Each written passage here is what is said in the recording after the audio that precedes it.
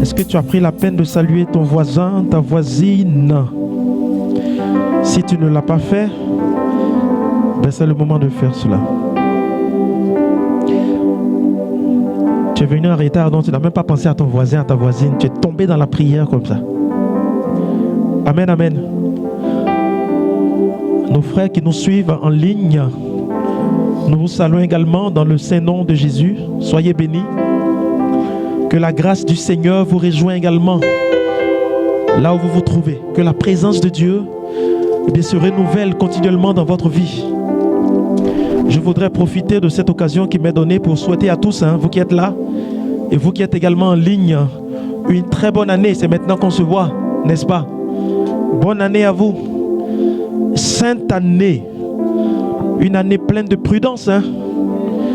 Et que la grâce de Dieu, la faveur de notre Seigneur demeure toujours sur vous. Que cette année jubilaire qui est marquée par l'année de l'espérance ne vous fasse point défaut. Que votre cœur s'ouvre à la gloire de Dieu, à la grâce de Dieu. Et que rien ne vous manque. Que tous les vides de vos cœurs, de vos vies, soient comblés de la présence de Dieu. Tels sont mes vœux pour vous en cette année spéciale, en cette année jubilaire. Amen, amen. J'ai la lourde charge de vous entretenir ce soir sur notre thème. Nous sommes dans notre cheminement, n'est-ce pas? Sur la prudence. Alors, qui a fait c'est le troisième rendez-vous maintenant, non? C'est ça? Quatrième? Troisième. Alors, qui a fait les trois thèmes? A fait les deux avant. D'accord. Alors, qui était là le mardi dernier? D'accord, c'est déjà bon. Alors, les autres là, on va se rattraper doucement, c'est bon? Voilà. On dit la fin de toute chose vaut mieux toujours que son... C'est pas pour autant que vous n'allez pas venir quand on fait les temps. Amen, amen. Ce soir, nous allons parler de la prudence et de la peur. Prudence et peur.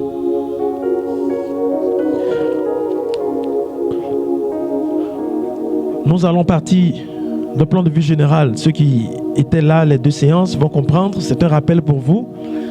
Et nous allons entamer ces nouveaux concepts avec ceux qui n'ont pas suivi les deux derniers enseignements donnés par notre Père modérateur, à qui nous faisons un coucou, qui est empêché mais qui est de cœur avec nous. Amen. Quand je commençais à préparer le thème sur la prudence et la peur, j'ai eu peur. Amen. Ben oui, j'ai eu peur parce que j'avais toujours pensé qu'il y avait quand même quelque chose qui pourrait lier les deux, parce que dans notre vocabulaire, généralement, on avait tendance même à confondre ou à comparer celui qui est prudent comme celui qui a peur. Amen. Et quand certains disent « je suis prudent dans la vie », d'aucuns reprennent « toi, tu as trop peur ». Amen. Donc j'ai dit, c'est un travail qu'on me demande. C'est un travail. Et le Saint-Esprit m'a aidé. Nous allons le partager ensemble. Amen. Alors nous allons partir d'abord de la prudence à la peur. C'est bon? Voilà.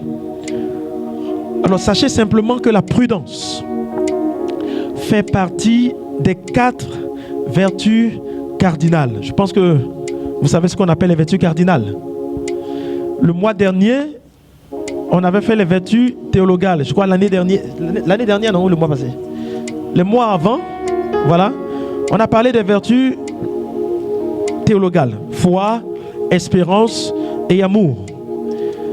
Et on a commencé maintenant les vertus cardinales avec la prudence.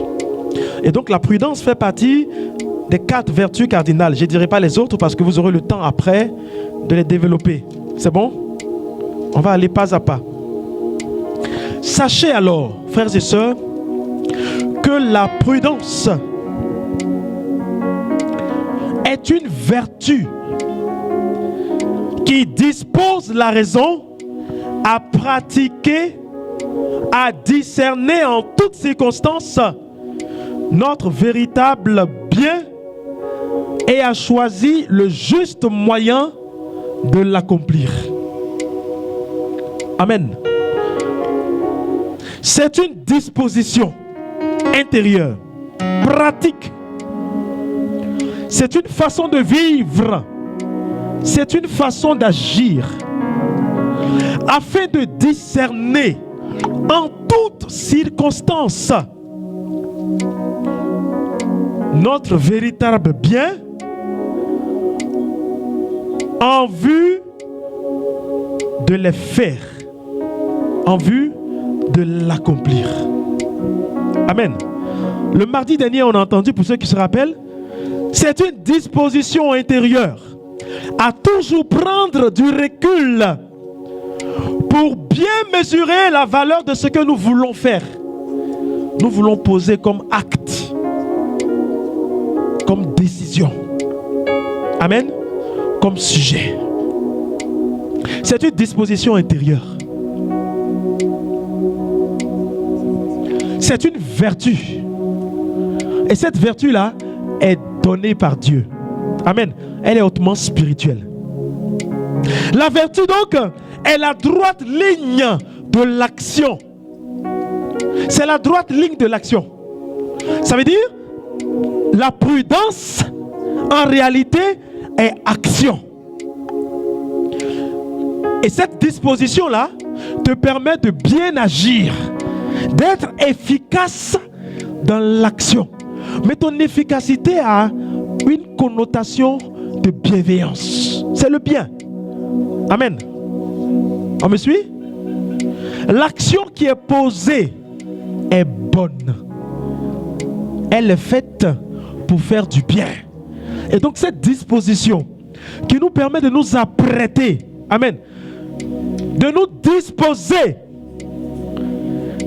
de prendre du recul pour bien voir. Et quand on va maintenant agir, ça sera de façon bien. En clair, c'est ça. Amen. Elle ne se confond ni à la timidité, parce que oui, on pense que quand on est trop prudent, c'est parce qu'en réalité on est timide. Non, ça n'a rien à voir. Amen. Ni avec la peur. Nous allons voir ça tout à l'heure dans la chronologie de notre cheminement, de notre enseignement, pardon. Ni avec la duplicité. On ne sait pas comment. Amen. Voilà. Ni avec la dissimulation. Voilà. C'est différent de tout cela. La prudence donc guide le jugement de la conscience de façon immédiate. Car tout acte avant d'être posé est d'abord réfléchi.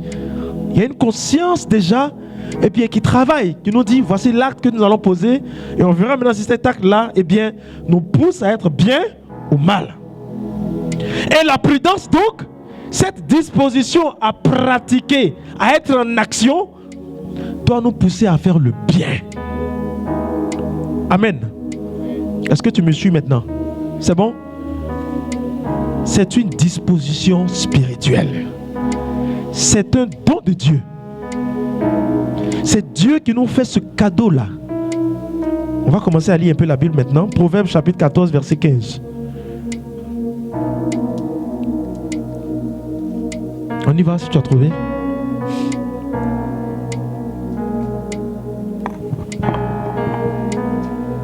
Le naïf croit tout ce qu'on dit. Tu vas aller un peu plus avant. Un peu plus avant. Peut-être les deux versets avant, s'il te plaît.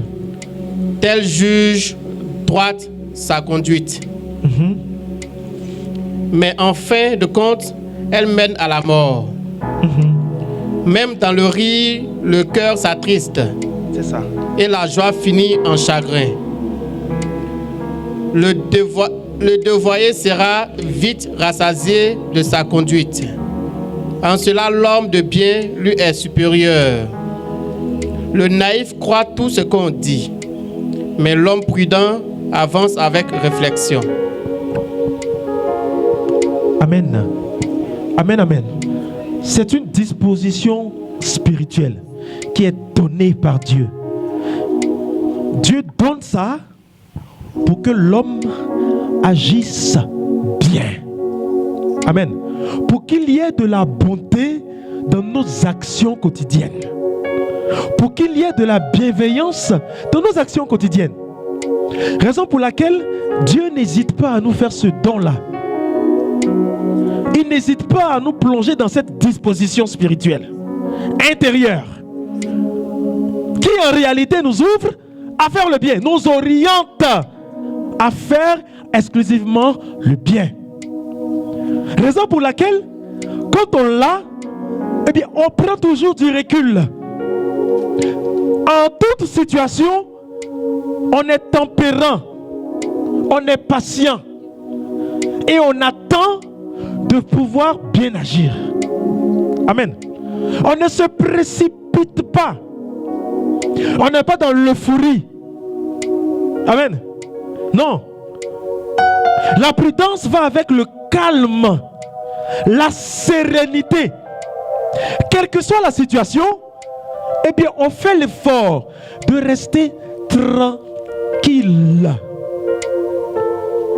Et comme c'est une disposition intérieure, notre intimité avec le Seigneur de façon claire et intérieure à notre vie, alors nous pousse à bien réfléchir, à discerner et à pratiquer, à être en action. Amen. Les G6 appellent ça voir, juger et puis agir. La situation se présente, je juge avec du recul. Amen. Quand je vois que c'est pas bon, je dis non, je ne mets pas mes pieds là-bas. Donc je juge. J'ai la possibilité alors, eh bien, de travailler ma conscience. Et comme c'est une disposition intérieure donnée par Dieu, eh bien, je laisse le Seigneur guider ma vie dans ce qui m'est donné comme réalité.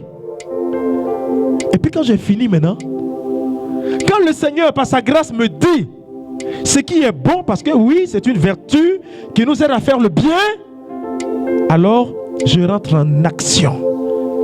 J'agis. Amen. Amen, amen. Il y en a qui me regardent comme ça et disent oui, c'est comme ça. Amen. Proverbe 14, verset 15. On va aller un peu plus haut pour reprendre cette disposition, vous allez comprendre. Proverbe 14, verset 15. C'est tout petit comme ça.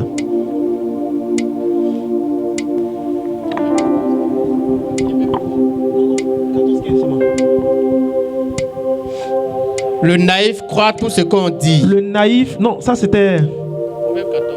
C'est ce que tu viens de lire là? Ah non, c'était le 2. Bon, vas-y. Proverbe 2, verset 6. Proverbe 2, verset 6. Car le Seigneur qui donne la sagesse, et de sa bouche viennent connaissance et raison. Et connaissance et raison. Et de sa bouche, n'est-ce pas? Reprends s'il te plaît. Car le Seigneur qui donne la sagesse, et de sa bouche, qu'est-ce qu'il y a? Viennent connaissance et raison. Connaissance et raison. Dans notre démarche, lorsque nous sommes dans l'intériorité, voilà ce que le Seigneur nous donne. Connaissance et raison. Avant toute action. Cette connaissance et cette raison nous permet alors de bien agir, de faire les choses bonnes, de prendre les bonnes décisions, d'avoir de bonnes attitudes. Amen. Et généralement, c'est ce qui nous manque dans nos vies. Cette vertu-là nous manque tellement que dans nos choix de vie, mais à chaque fois, on est à côté. On ne prend pas le soin de prendre du recul, de laisser notre cœur et de demander au Saint-Esprit de nous éclairer. En toutes circonstances, avant de poser n'importe quel acte, quand tu poses l'acte, on dit il est prudent, il est sage. Parce que oui, l'homme prudent est sage. Amen. Eh bien donc la prudence a des effets. Car oui, l'homme prudent décide et ordonne sa conduite sur le jugement. Il oriente tout ce qu'il fait. Il oriente toute sa conduite en réfléchissant. On a parlé de connaissance. Amen. On a parlé de raison. Et l'homme prudent, c'est celui-là qui, en toutes circonstances, quelle que soit la situation, eh bien, décide et ordonne sa conduite. Pas n'importe comment. En tenant compte de sa connaissance et de la raison qui lui est donnée de qui? De Dieu. Amen. L'homme prudent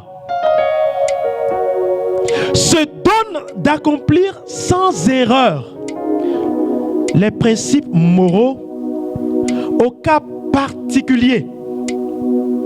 Nous pourrons alors dire, il surmonte les doutes sur le bien accompli et sur le mal à fuir, à éviter.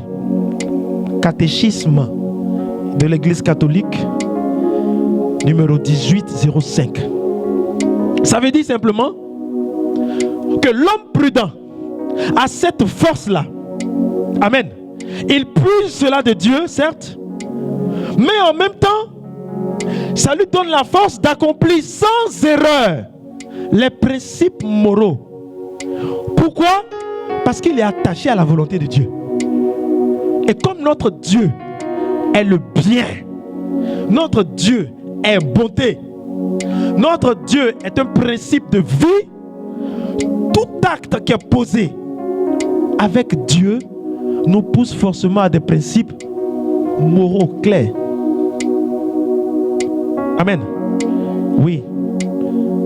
Si tu es un être qui est amoureux de Dieu et dont le Seigneur a comblé d'amour, tu ne pourras qu'être un être qui puisse aimer.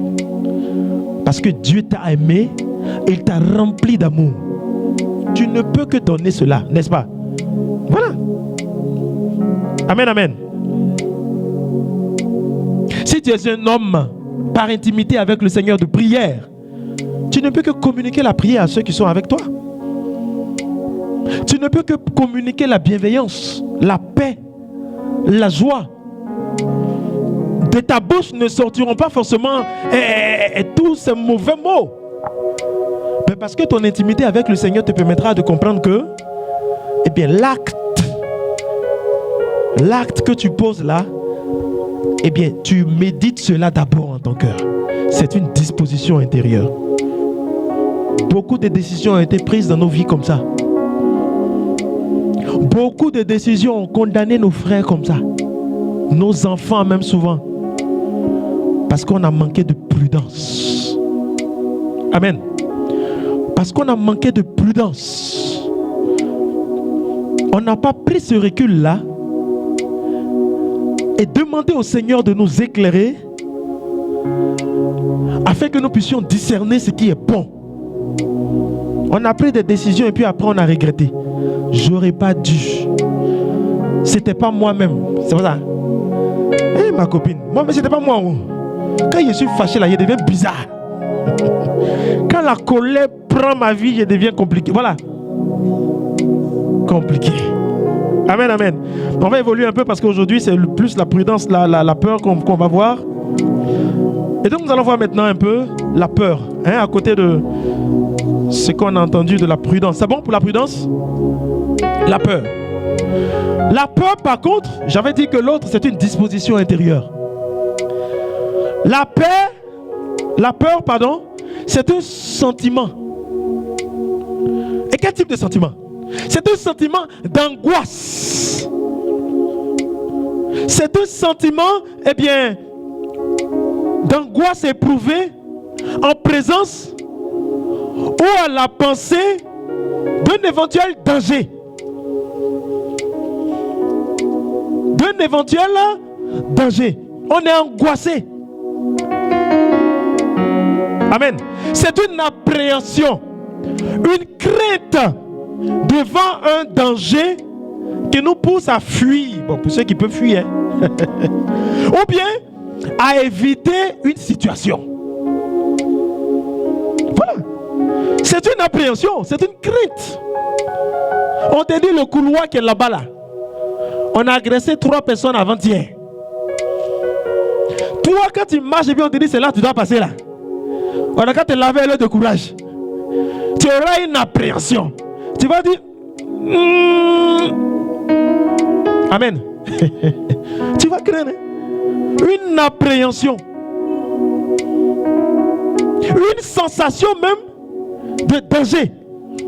Tu marches et puis tu as la chair de poule. On te demande pourquoi, tu dis je ne sais pas. Hein. Hier ils ont agressé ici, donc je pense que j'ai la chair de poule parce qu'on peut m'agresser aussi. Ça peut m'arriver aussi à moi.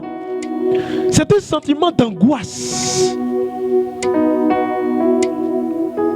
C'est un sentiment d'effroi, d'inquiétude. Oui, tu es inquiet. On te dit passe là-bas. Tu passes un peu. D'inquiétude, de terreur. C'est ça la peur. Voilà. C'est ça la peur. Amen. La peur n'est autre, eh bien, qu'une situation embêtante, bien entendu, mais qui produit en nous une réalité mortelle.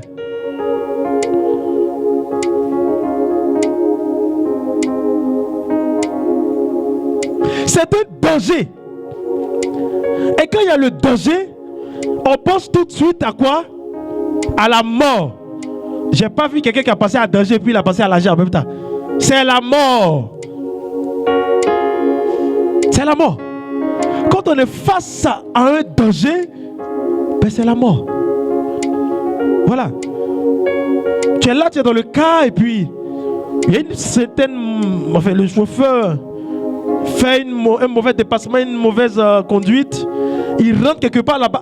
Toi, tu vois la mort, tu dis Jésus. Et puis quand tu sors de là, tu dis à ta copine, à ta soeur, yeah, j'ai vu la mort face à face. Amen. Le danger, c'est quelque chose, hein? Et ce sentiment, justement, qui vient en nous, lorsqu'on est en face ou lorsqu'on a cette appréhension-là, c'est la peur. Ainsi donc, nous tous, on a peur. Nous tous avons peur, forcément de quelque chose. Il y en a qui ont peur d'échouer.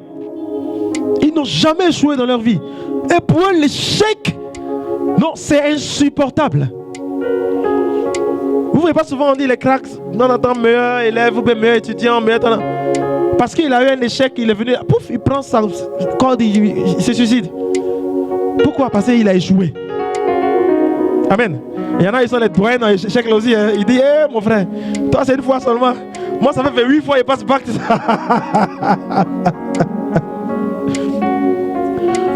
On a peur de tout.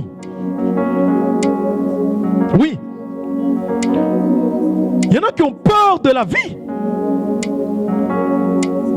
Il dit, cette ville est trop difficile. Donc je ne peux pas tenir parce que ça demande trop. Et puis voilà. Il y en a qui ont peur de perdre leur travail. Il y en a qui ont peur de perdre leur travail. À tel point que chaque année, quand on leur dit qu'il y a remaniement ou bien compression, ils vont consulter pour dire est-ce que je suis dans la liste. Si je suis dedans, il faut faire tout, il ne faut pas que je regarde dedans. Chacun de nous, autant que nous sommes, avons forcément peur de quelque chose. Il y en a qui ont peur de perdre quelqu'un. Mais oui, nous tous d'ailleurs. Nous tous d'ailleurs. Raison pour laquelle quand un proche est souffrant, est dans la souffrance, est malade, mais on fait tout pour que la personne se rétablisse. Parce qu'on a peur de perdre cet être cher. L'amoureux aussi a peur de perdre son amoureuse. N'est-ce pas? Elle a l'habitude de t'appeler à 19h pour dire chérie, je suis à la maison. Et puis un jour à 23h, elle t'a rien dit. Tu dis la vois après, elle dit non, j'étais quelque part. Tu étais où? Oh chérie, tu aimes te poser des questions, c'est fini, elle te dit rien. D'accord. 2 semaines après, elle fait la même chose. 3 semaines après, elle fait 3 jours dehors et puis elle rentre maintenant. Tu vas faire. Il a commencé à. Ça commence à devenir compliqué. Amen. Et donc tu rentres dans une peur. Qu'est-ce qui se passe? Est-ce que ma femme là ne voit pas quelqu'un? Est-ce que son cœur n'est pas en train d'être pris par quelqu'un d'autre? Les amoureux aussi ont peur, n'est-ce pas? Les amoureuses aussi ont peur. Est-ce que le mec en question là même il est sérieux? Est-ce qu'il va rester comme ça jusqu'à la fin? Parce qu'au départ les garçons au début ils sont bien, ils sont gentils hein? Quand tu vois le mec tu dis c'est le... Waouh, c'est le plus beau, le plus gentil. C'est pas ça? Faut mettre bague au doigt. Tu vas lire l'heure. Quand il commence à avoir 2 comportements tu dis et tu as peur. J'ai peur de perdre l'homme que j'avais aimé. C'est pas ça? On a aussi peur de perdre de l'argent. Qui perd de l'argent et puis qui dit oh, moi, même les plus riches, quand ils font des efforts puis on leur dit ils ont perdu tant, ils attrapent les têtes comme ça. Waouh! Non, en réalité, nous tous là, on a forcément peur. On a cette appréhension là. Amen.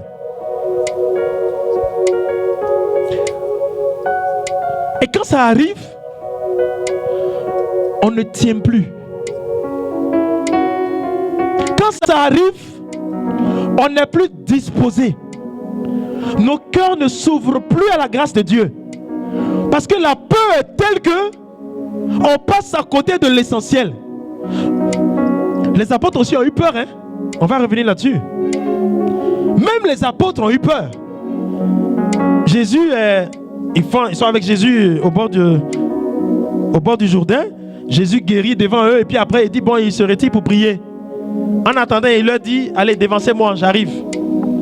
Ils prennent la pirogue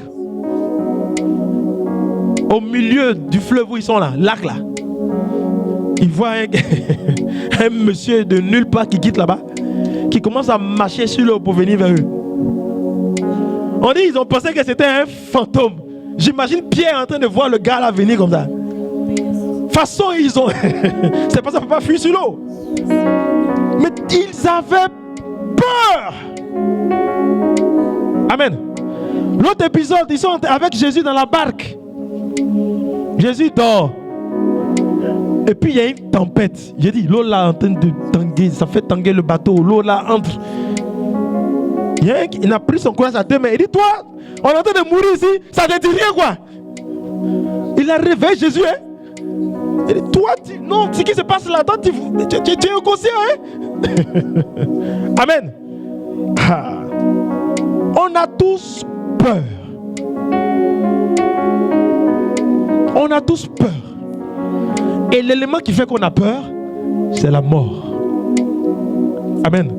Quand les apôtres sont en train de réveiller Jésus là, c'est parce qu'ils ne veulent pas mourir. Amen, amen. On va avancer un peu.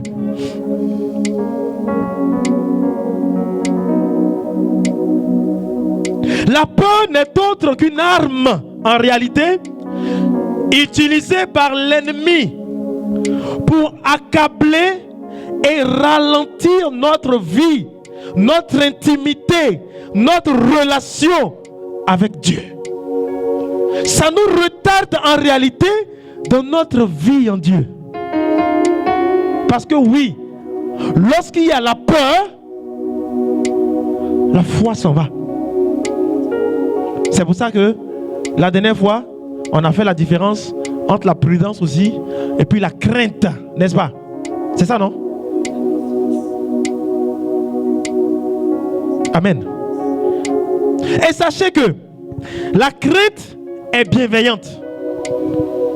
La crainte là est bienveillante. La peur est plutôt malveillante. Parce qu'en réalité, c'est le mal que cela donne, l'effroi, le danger.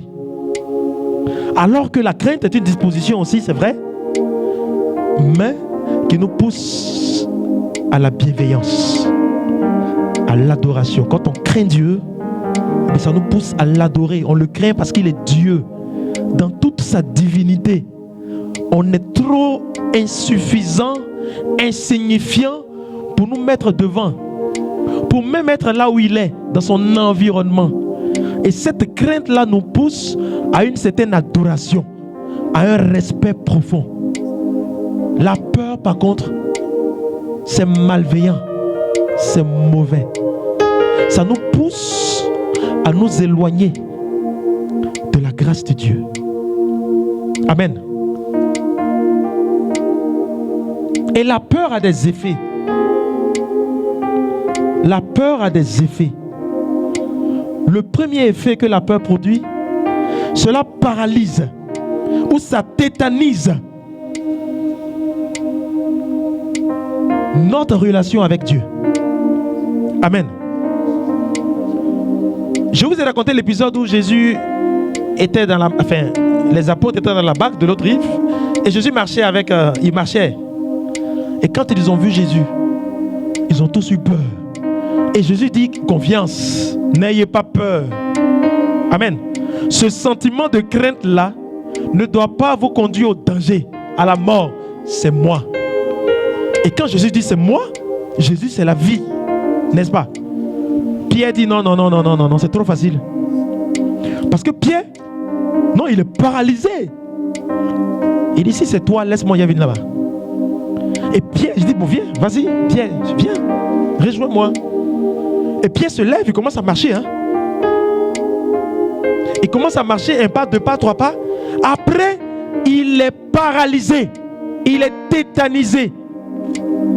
Parce que le sentiment qui l'accompagnait n'était pas un sentiment qui conduit à la vie. C'est un sentiment qui conduit au danger.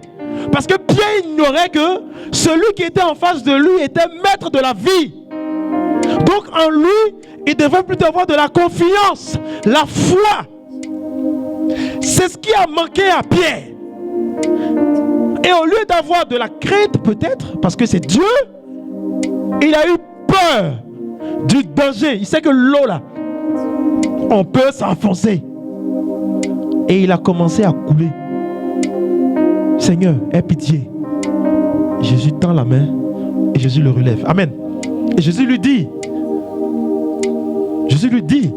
qui t'a manqué quoi? La foi. Amen. Amen, amen. Donc ça produit déjà le premier effet, ça nous paralyse. Et il y a des situations où, de danger où quand c'est devant toi, je vous assure, vos membres là sont intacts, restent intacts comme ça. Vous ne pouvez plus bouger. N'est-ce pas? Il y a des situations comme ça, où vous êtes tellement tétanisé, tellement apeuré, que tu ne peux plus bouger, tu restes comme ça. Deuxième effet, la peur nourrit le doute. Matthieu 14, versets 25 à 33. Matthieu 14. Tu vas lire peut-être à partir du verset 30. Matthieu 14, allons à partir du verset 30, c'est un peu à la fin.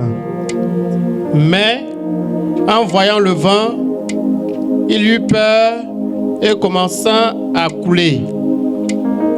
Il s'écria, Seigneur, sauve-moi. Continue.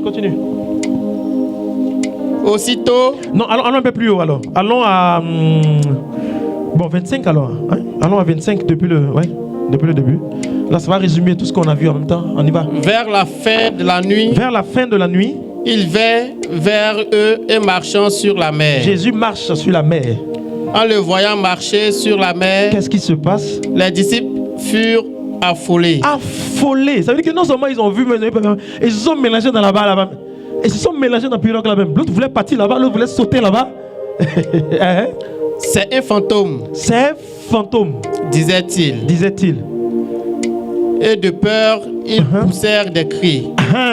De peur, ils poussaient des cris. Continue. Mais aussitôt, Jésus leur parla. Jésus leur parle. Confiance. Confiance. Amen. confiance, ayez foi. C'est moi. N'ayez pas peur. N'ayez pas peur. Parce que c'est lui, il nous rassure. Alors il nous dit, n'ayez pas peur. Vas-y. S'adressant à lui, Pierre lui dit, Seigneur, si c'est bien toi. Si c'est bien toi, parce que c'est que moi je ressens dans mon cœur là. C'est pas la foi ça. Je suis pas confiant. Tu as dit confiance, je sais que ça, tu ressembles à Jésus, peut-être la taille, sa façon de marcher. Oui. Mais à l'heure où on est arrivé sur l'eau comme ça là, tu as dit confiance, hein? Mais je ne suis pas convaincu. Amen. On va s'arrêter là d'abord. Voilà. La peur donc nourrit le doute. Jésus dit confiance, c'est moi. Malgré ça là, alors que quelques heures avant, ils étaient avec ce même Jésus là, qui a fait tant de merveilles, qui a guéri les malades, qui a fait tout, qui a chassé les démons, tout. Et à 18h, il leur a dit, bon, allez-y, dévancez-moi, j'arrive.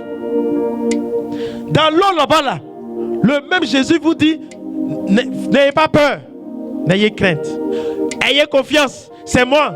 Mais bien dit, ça là, même si c'est pas possible. Si c'est toi là, il faut me laisser, je vais partir là-bas. Voilà ce que la peur produit. Le doute. C'est pour ça que c'est une âme redoutable du diable. Car le diable prend plaisir à nous effrayer, à mettre ce sentiment dans nos cœurs, afin que nous doutions de la présence de Dieu. Padre Pio dit, tu peux t'éloigner de tout, mais ne t'éloigne jamais de la présence de Dieu. Car lorsque tu t'éloignes de la présence de Dieu, le diable vient et il instaure la peur en toi. Il y en a pour rien, ils ont peur. En réalité, pour rien, il a le froid quoi. Il a peur. Il ne peut pas prier. Il ne peut pas avoir de relation particulière avec Dieu. Parce qu'il se soucie de voir en réalité comment se libérer de cette peur-là. Et malheureusement, on a d'autres pratiques. Des amulettes, des bagues, des ceintures au rein. Amen. On part chercher autre chose parce que le fait de rester constamment dans la peur nous éloigne de la présence de Dieu. À tel point que quand quelqu'un te dit il y a un Dieu qui existe, qui va te faire lutter contre la peur, tu vas dire non. Parce qu'il y a un autre qui m'a dit il faut prendre une bague pointue comme ça. Donc le gars il a assis bague là, ça quitte ici, ça touche là-bas là. Et puis quand c'est visible comme ça, il dit voilà. Amen. Quand le gars a ses gris-gris sur lui, c'est visible. Donc celui qui doit l'attaquer là, quand il voit le voleur là, ou bien le bandit, quand il voit qu'il y a des gris-gris, il n'ose pas l'attaquer. Que ce soit vrai ou faux, il dit il a quelque chose de visible là. En réalité c'est ça. Amen. Mais Dieu là, comme lui c'est son affaire aussi là, tout est intériorité. Oh. Non, tu es là, tu marches même, on dit non, ça là, non. On voit pas où. Amen. La peur là, c'est ça que ça nous donne. Ça nous éloigne de la foi. Ça nourrit le doute en nous, malheureusement. Un autre effet, la peur tue les projets de Dieu en nous. La peur tue les projets de Dieu en nous. Matthieu chapitre 25, versets 14 à 30, c'est un peu long. Commence à lire à partir du verset 25. Matthieu chapitre 25, commence à lire à partir du verset 25.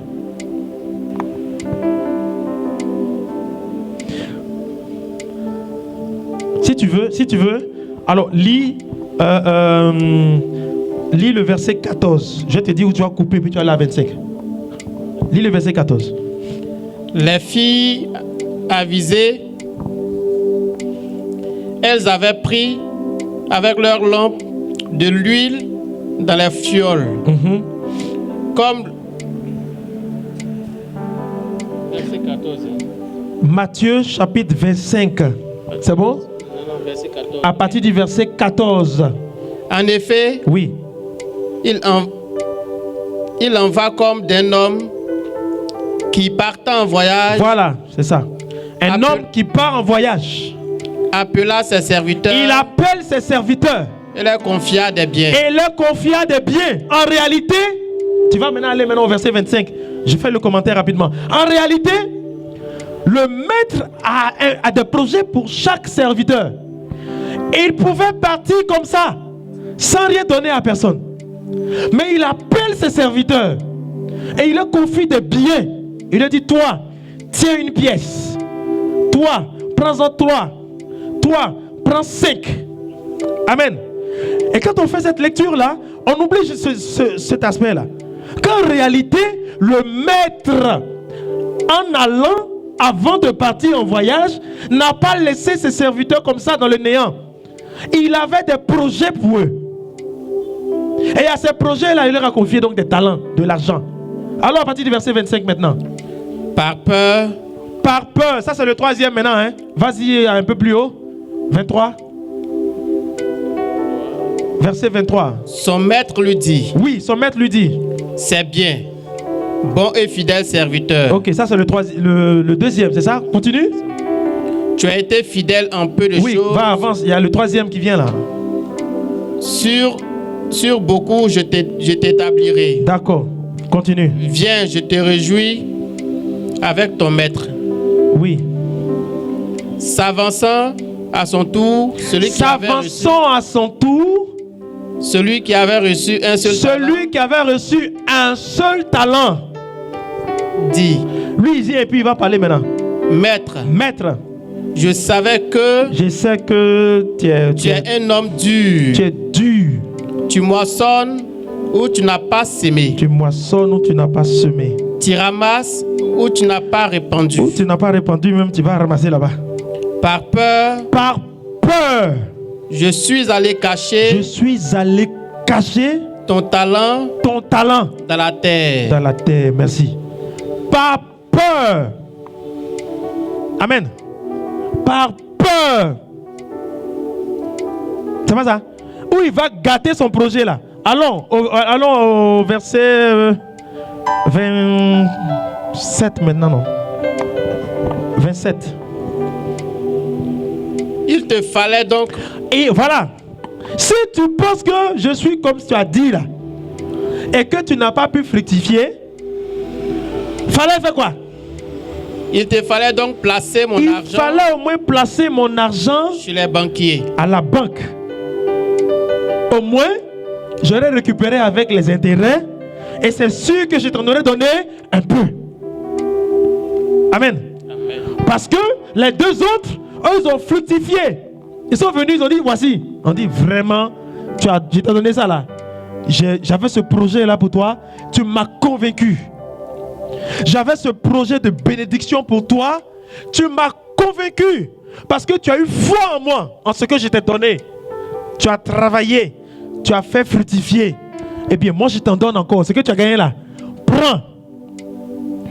Toi, le 3e, on t'a donné un seul talent. Moi, j'ai un projet pour toi. Je sais que tu en es capable. J'ai ce projet-là.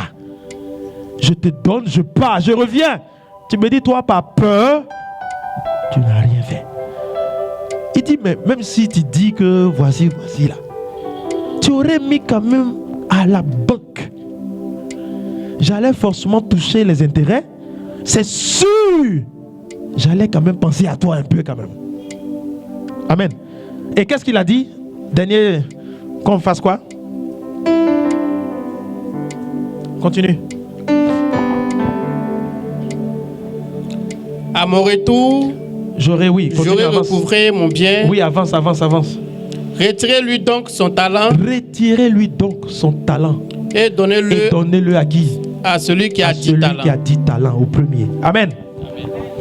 La peur nous coupe des projets de Dieu. Et c'est comme ça que Dieu a prophétisé. Dieu a établi chacun comme ça. dans tellement de choses. Dans tellement de choses. Mais la peur de la vie, la peur de constater que, moi-même, qu'est-ce que je vais devenir? On ne peut même pas attendre. On a rompu le projet de Dieu, plein comme ça. Et à la fin maintenant, caille. Tu cognes ta tête et puis tu dis, Seigneur, sauve-moi, sauve-moi, sauve-moi. Comment?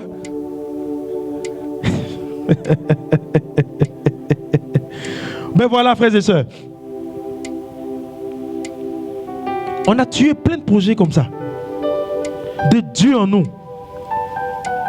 plein comme ça, parce qu'on n'a pas, on n'a pas intégré, on n'a pas eu foi en ce qui nous était donné.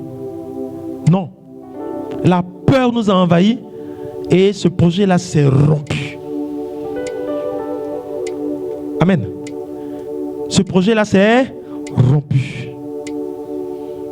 Le Seigneur te dit par exemple, écoute, travaille, je te donne un mari dans 15 ans.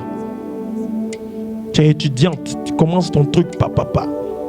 Mauvaise fréquentation, tu commences à rencontrer des gens qui vont te dire, sors avec lui là, c'est l'argent facile. Pas peur de vivre, on va dire quoi? Dans la misère, c'est ça? Pas peur de ne pas avoir d'habits de fête et tout.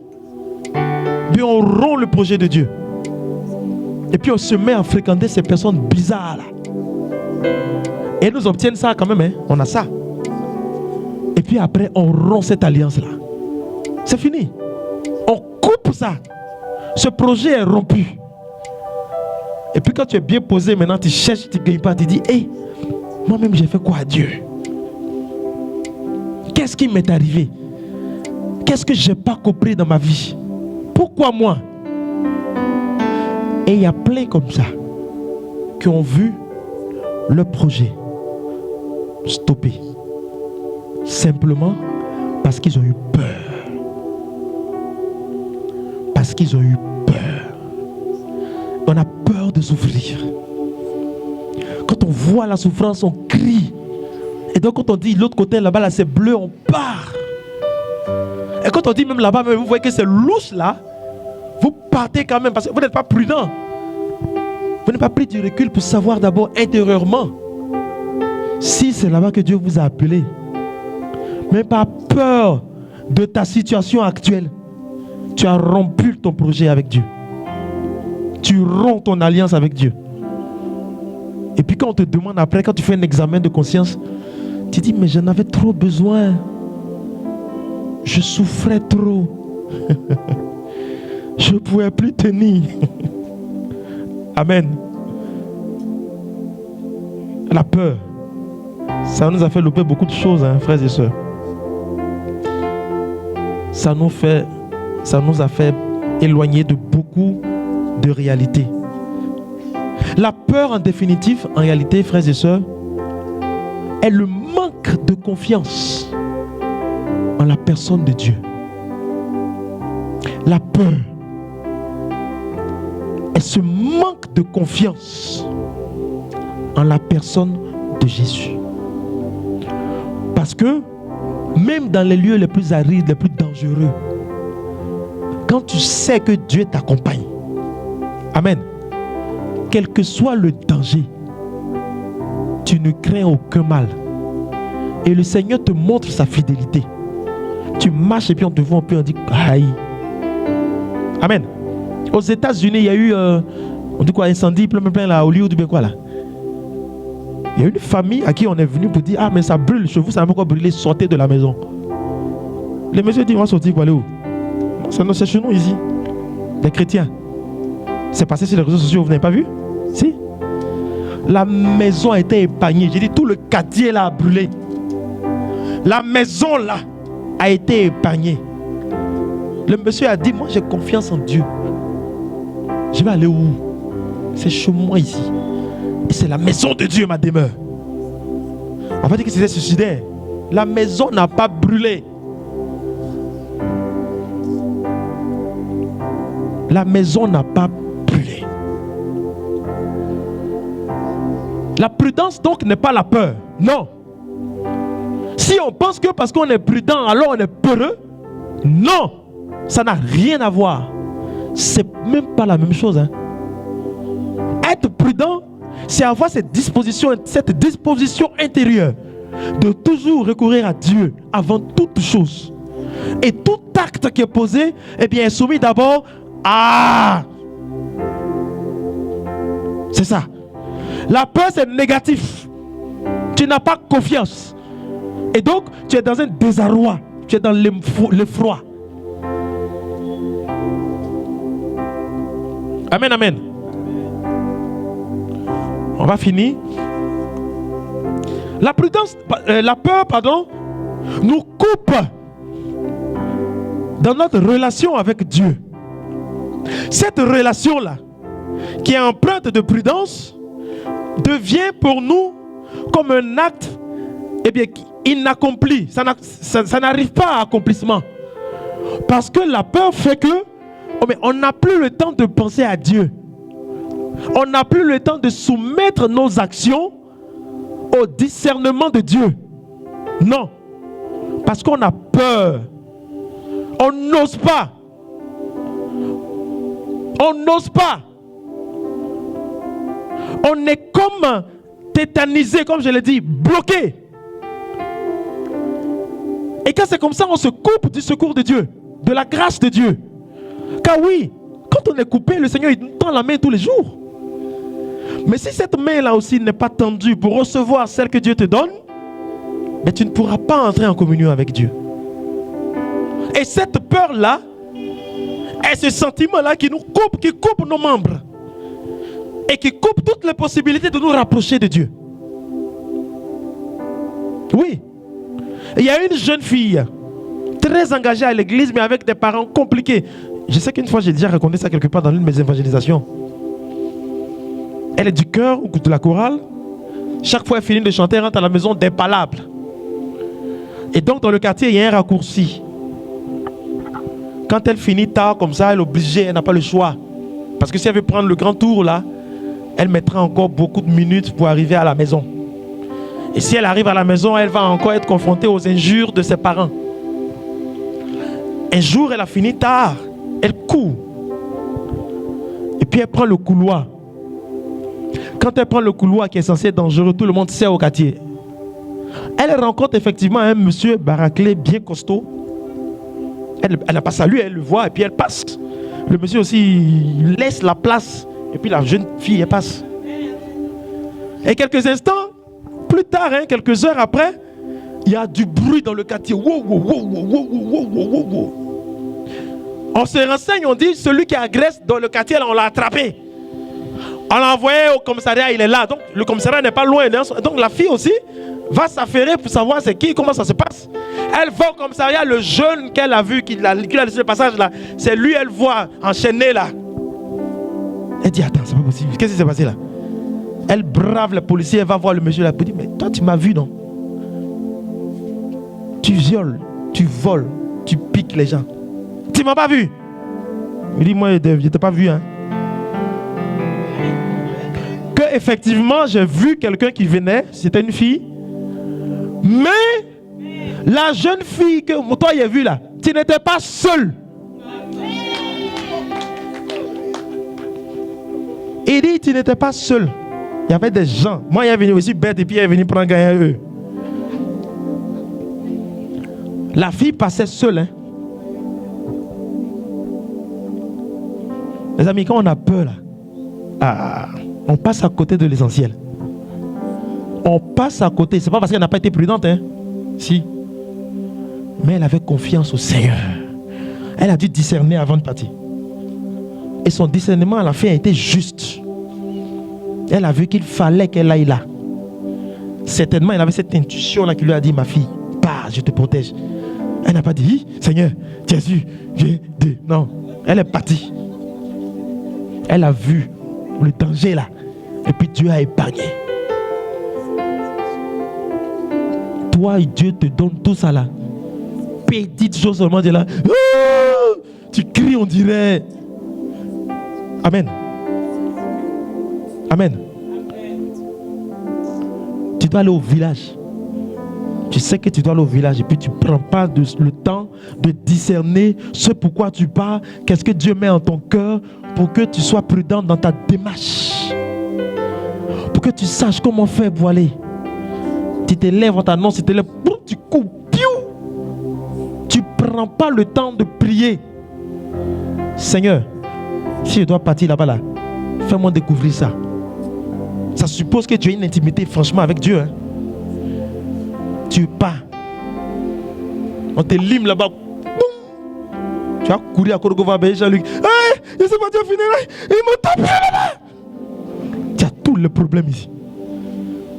Tu n'as pas discerné. Sinon, tu serais parti sans aucune peur. Parce que le Seigneur t'aura rassuré que ma fille, vas-y. Mon fils, va. Mais c'est ça le lien. Quand tu es prudent, le Seigneur déjà te dévance dans ce que tu fais. Du coup, la peur pour toi est inexistante. Tu n'as pas peur. Tu n'as pas peur. Parce que tu sais ce pourquoi le Seigneur t'a appelé là-bas. Moi, là, on m'a donné des fétiches. Il y a une dame qui est venue là, elle dit, elle fait des crises. Depuis qu'elle a 15 ans, elle a maintenant 58 ans, 60 ans là. On lui a dit donc, elle était choisie. De toute façon, nous on est choisis pour devenir prêtre là. Elle est choisie pour être féticheuse. Femme là, c'est quoi? Féticheuse ou fétichiste? Je ne sais plus. Féticheuse. Ah, français est devenu compliqué maintenant. Et depuis lors, elle est dedans. Malgré ça, sa santé là, il y a un mois quand ça vient comme ça là, c'est novembre. Elle ne peut pas tenir, elle devient mince, elle ne dort pas, elle a des boutons, elle devient... J'ai dit, la femme est venue me voir un mardi, moi je reçois les gens mardi à l'ATA. Quand elle est venue me voir là, moi-même quand je l'ai vue, elle s'est assise comme ça là. J'ai dit, on dirait cadavre, elle est comme ça. Ses yeux là étaient rentrés là-dedans, rouges. J'ai dit, ben ah. Donc j'ai dit, tu es venu faire quoi? Elle explique. Elle est partie ici, elle est partie ici, elle a fait ça, elle a fait ça. J'ai dit, ah, d'accord. Tu veux quoi? Elle dit, on lui a dit qu'il y a quelqu'un qui s'appelle Jésus. Elle est fatiguée, elle veut Jésus. Tu connais Jésus? Elle dit non. J'étais avec, il y a une jeune dame que je salue au passage, Noël, qui nous aide beaucoup dans la pastorale, qui traduit, on passe le nouveau. J'ai dit, bon ma fille, toi aussi tu es femme de Dieu, Dieu t'utilise, il faut lui parler de Jésus. Donc c'est pas la peine que moi je lui parle et que toi tu traduis. Non, toi-même déjà là, parle. Et puis j'étais à côté. La petite, elle a fini de parler de Jésus, tout. J'ai dit à la... Demande maintenant si elle a compris. Elle a compris. Demande-lui si elle veut toujours Jésus. La fille demande. Elle dit oui, elle veut Jésus, elle est fatiguée. J'ai dit bon, va à la maison. Moi aussi, je ne suis pas fou. Il faut que je suis prudent. Il ne va pas me jeter dedans comme ça. Et puis après, il est venu, c'est vous qu'elle est venue me voir vous dire voilà, les petits comme ça là. Il a sa tête, il pense qu'il est arrivé. Je ne suis pas bête, je dis va. Va en paix, Dieu va t'accompagner. Reviens. Maman, reviens le vendredi. Moi, il a pris mon temps. J'aime m'apprêter aussi. Quand elle est partie, adoration, j'ai dit Seigneur, hey, cette affaire là, c'est compliqué, hein? Quelqu'un qui a fait 30 ans de marabout. Vendredi, elle est revenue. Je me suis apprêté, je priais, papa. Et j'ai senti le besoin. Dieu m'a dit clairement, elle passera par toi, cette délivrance-là. Donc elle vient vendredi. Toujours le visage serré, fermé. Donc je commence à prier pour elle. On prie. J'ai dit bon, on a fini. Plus de 2 heures, hein. Après j'ai dit bon, retourne à la maison. Reviens cette fois-ci avec tous tes fétiches là. C'est possible. Elle dit oui, c'est possible. Que c'est lourd, hein? J'ai dit ah bon, c'est pas grave, viens. Moi je pensais que c'était un petit. Le mardi qui a suivi, à 9h, je sors de ma chambre. Je vois 2 grosses. Mon père, le père modérateur ici était là. Il a vu, il dit ça va. 2 gros sacs. Les frères de l'Atassam, il y en a peut-être qui ont vu. Ah! Donc quand je sors, je vois, je dis, c'est quoi ça? Il dit, c'est ce que tu as dit, non, ouais, là. Je dis, ok. Donc moi, j'ouvre. Donc, je suis avec la jeune fille, avec l'un de mes frères là. Donc j'ai même pas, j'ai commencé à j'ai ouvert le sac, j'ai mis la main. La fille dit, mon père. J'ai dit, il y a quoi? Elle dit, mais tu es en train de toucher. J'ai dit, ouais, il faut que je touche. Mon père, tu n'as pas peur? J'ai dit, si, il y avait peur, il y a longtemps, nous on a déjà fui, on est déjà mort ici. Hein. Amen. La fille était inquiète. Hein. Le frère aussi à côté aussi, j'ai dit, il était son nom, vous allez l'attacher ici. Il dit, ah, mon père, est-ce que c'est pas mieux, on va prendre quelque chose d'autre? J'ai dit, hé. Non, j'ai ouvert. J'ai fait sortir de mes mains. Et la femme là même, elle est là et puis elle me regarde comme ça, elle est tétanisée. Et puis j'ai brûlé. L'autre c'était des canaries, je ne pouvais pas brûler, il fallait que je casse. Donc quand j'ai commencé, la femme là est rentrée en même temps en convulsion. La délivrance est opérée là, j'ai dit bon, l'autre comme il faut casser, c'est pas grave, laisse. Mais on a fini, reviens le 31, on avait la prière du 31 décembre là, viens. La dame part à la maison, elle ne vient même pas le 31, le 29 déjà c'était non le 28, 29 c'était un dimanche. 29 elle vient à l'église, la messe finie net. La dame là court, elle vient me voir. Je vois la dame là, elle rayonne. J'ai dit, ah. Elle dit, mon père, elle se fait traduire, hein, qu'elle n'a jamais dormi comme ça. Les boutons sur elle là sont finis. Moi-même, je la regarde comme ça et puis je suis fier de moi. Je dis, hey! C'est pas moi, hein, c'est Dieu. Les amis, la peur ne nous mène nulle part. Ça nous éloigne de la présence de Dieu. L'homme prudent, il n'a pas peur. Parce qu'en toute chose, eh bien, la main de Dieu le dévance. Un autre jour, le sac de canaries est resté longtemps. Hein. On finit la prière. Mon curé me voit et puis dit, toi là, hey, tu vas casser tout caca, faut pas. Et un soir, je me suis levé là, j'ai dit, bon ok, je viens. Et puis voilà. Je vous assure, jusqu'à présent, la dame vit bien. Elle l'est retrouvée. Elle rayonne. Et elle n'est plus malade. La peur là nous stoppe pour tellement de choses.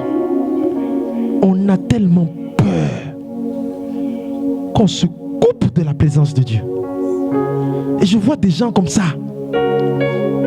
On fait des adorations, même le Seigneur te met à cœur. Les gens sont apeurés. Regarde, en décembre, les choses qui se passent. Il suffit que quelqu'un dise un mot, deux mots seulement, toi. Je t'ai vu en rêve. Le monsieur, c'est fini.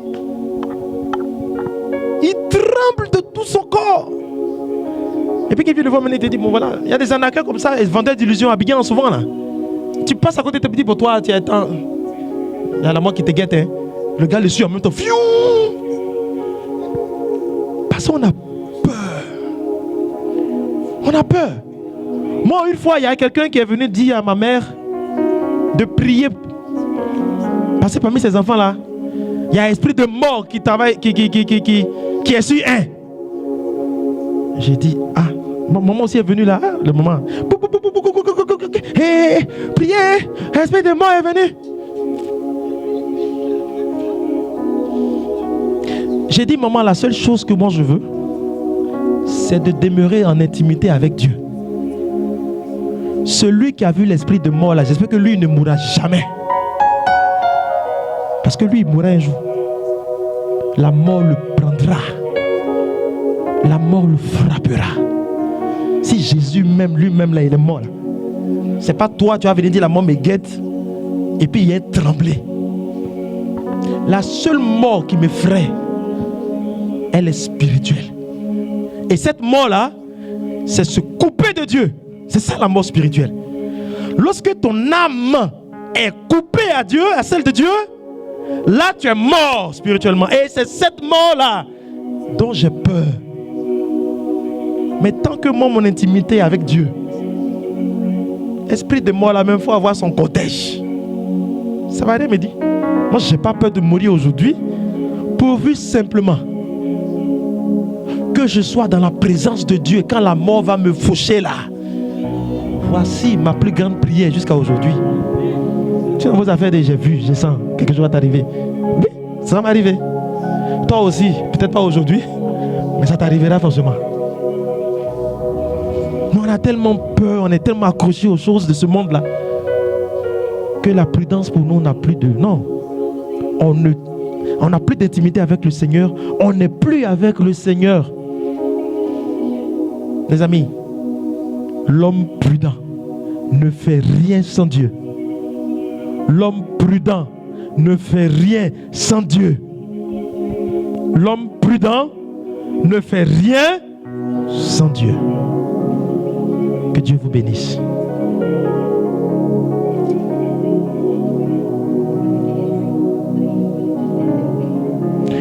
Nous allons nous mettre debout.